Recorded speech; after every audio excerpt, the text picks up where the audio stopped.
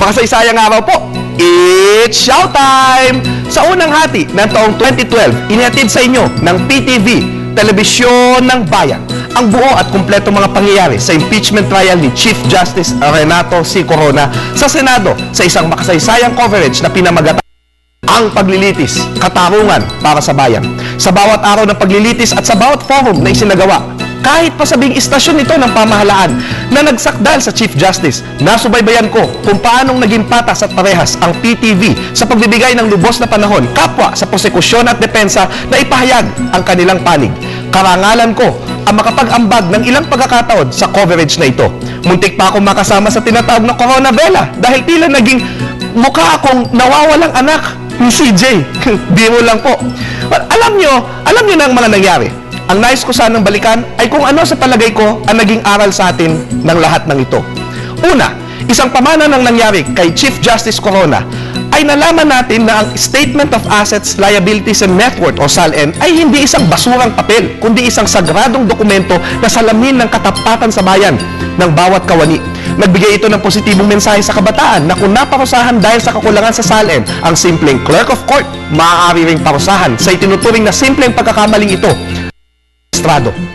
Pangalawa, huliman at magaling ang paglalantad at pag-amin ng kakulangan sa kanyang SALN ni CJ Corona at ang pagbuyo niya na gumaya ang iba ang nagbigay ng mensahe na mas maging accountable ang ating mga lingkod bayan dahil mas babantayan na ng mamamayan ang kanilang mga SALN.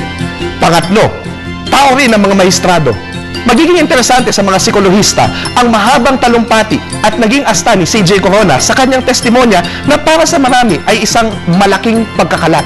Ngunit dahil dito, wala na sigurong CJ sa kasaysayan na mas nakilala natin ang pagkatao, kundi ang napatalsik na hurado.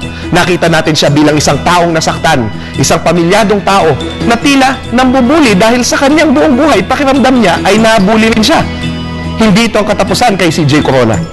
Wish ko na mag-Ala Nixon siya, isang post-CJ role na maaaring isang dating Tagalog lamang ang epektibong makagawa, ang pagtulong sa pagreforma ng hudikatura. Pang-apat, unti-unting nagmamature ang ating demokrasya. Bilib ako sa mga bumoto ng guilty, ngunit bilib din ako sa mga senador ng not guilty kahit hindi ito popular. Sa Pinoy, kailangan na bongga ang maging katibayan ng maturity na ito. Sa impeachment nila ito, nakita. Sa maraming pagkakataon, nagningning ang kanilang mga senador bilang mga hurado. Matapos ang impeachment, well, hindi lang maiwasan na may mga nagpapasaway. Ilan pang leksyon, wala sa edad ang pagiging matinik at mautak. At huwag na huwag gagalitin ang isang babae, hindi mo alam ang maaari niyang gawin.